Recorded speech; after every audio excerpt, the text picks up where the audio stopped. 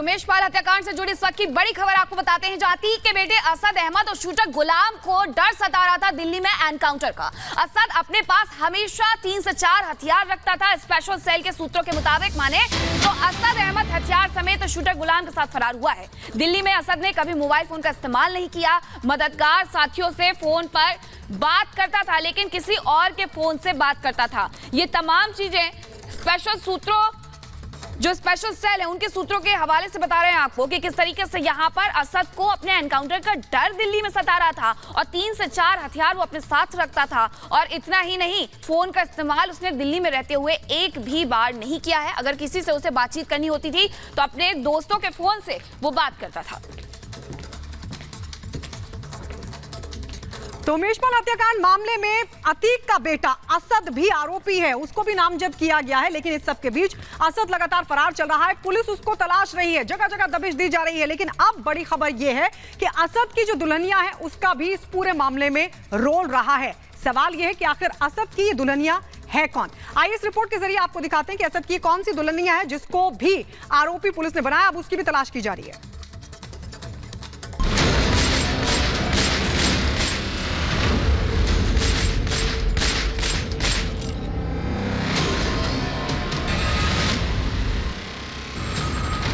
Mafia खानदान में शादी की तैयारियां शुरू हो गई थी।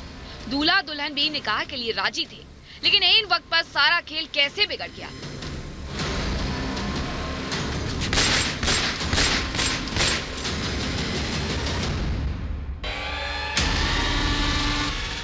यहाँ बात डॉन अतीक के बेटे असद की हो रही है।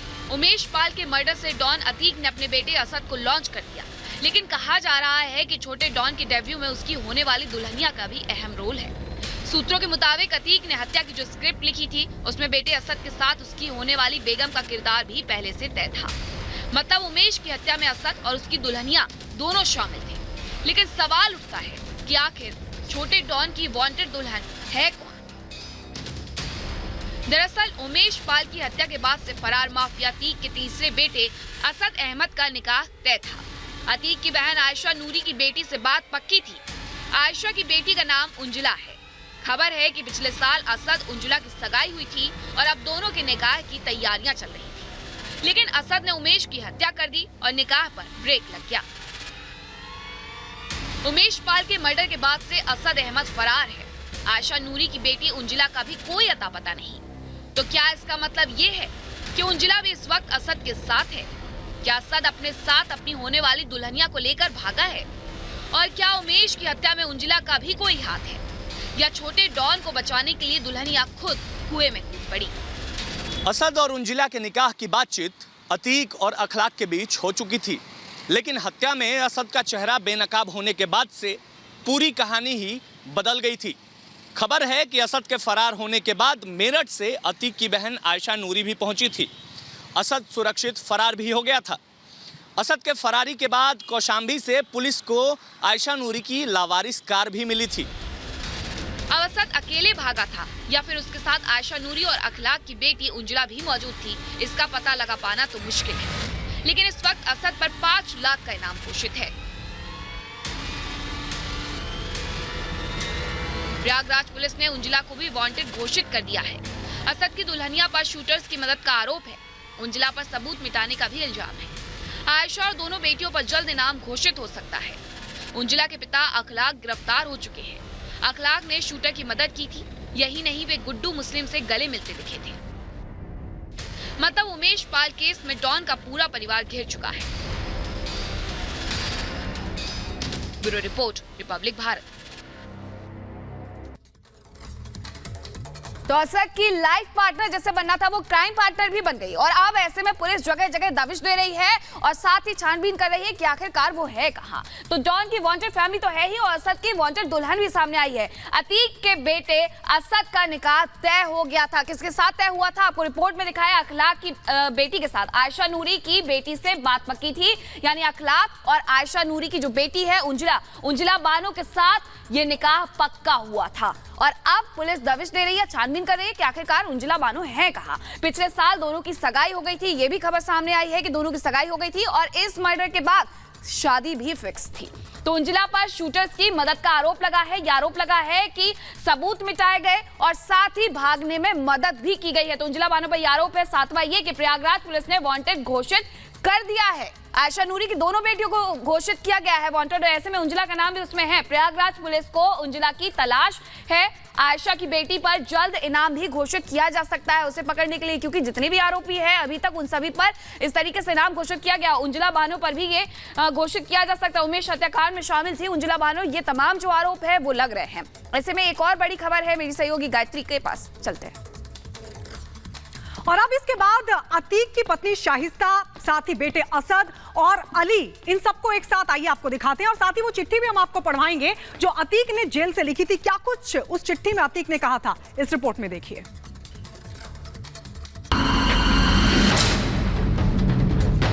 अतीक की हनक खत्म हो चुकी है। अशरफ का रौब फीका पड़ चुका है। डॉन की फैमिली डर के साए में जी रही है। बेटा और पत्नी भागे भागे फिर रहे हैं।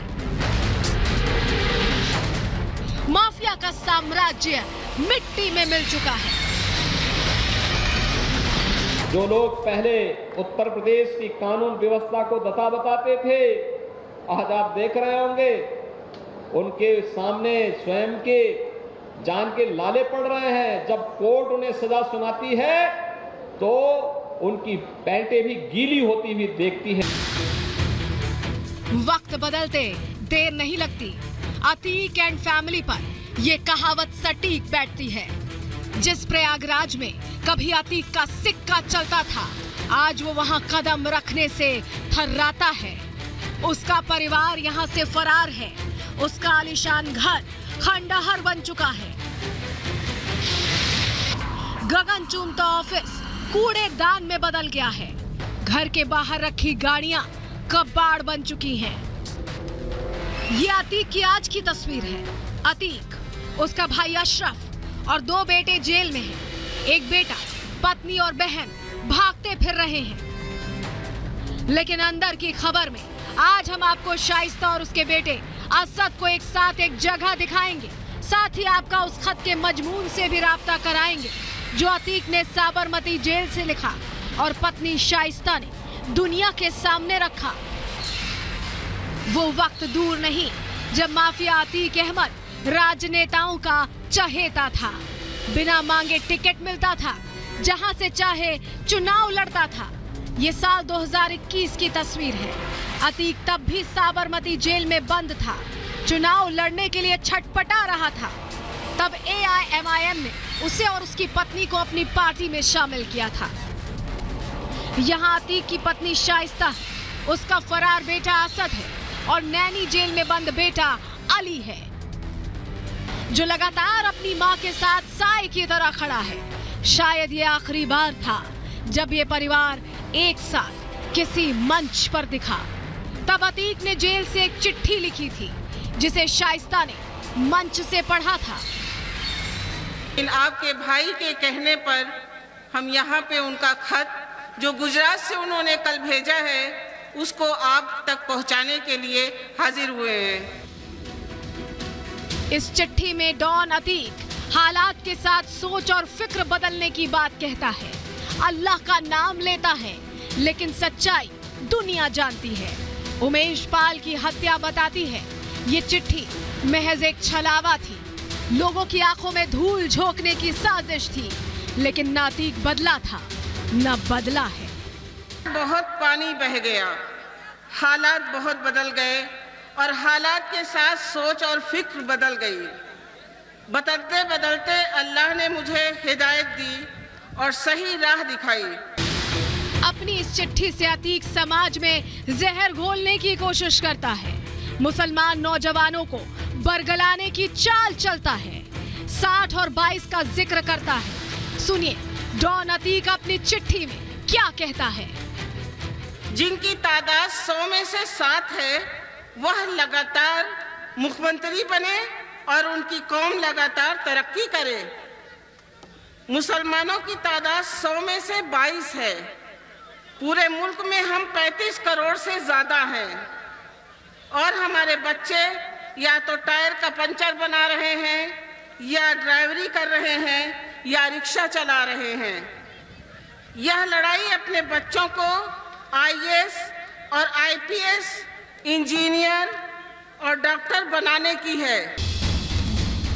अतीक ने अपनी माफियागिरी से पाप का जो साम्राज्य खड़ा किया था वो बिखर चुका है, चूर चूर हो चुका है।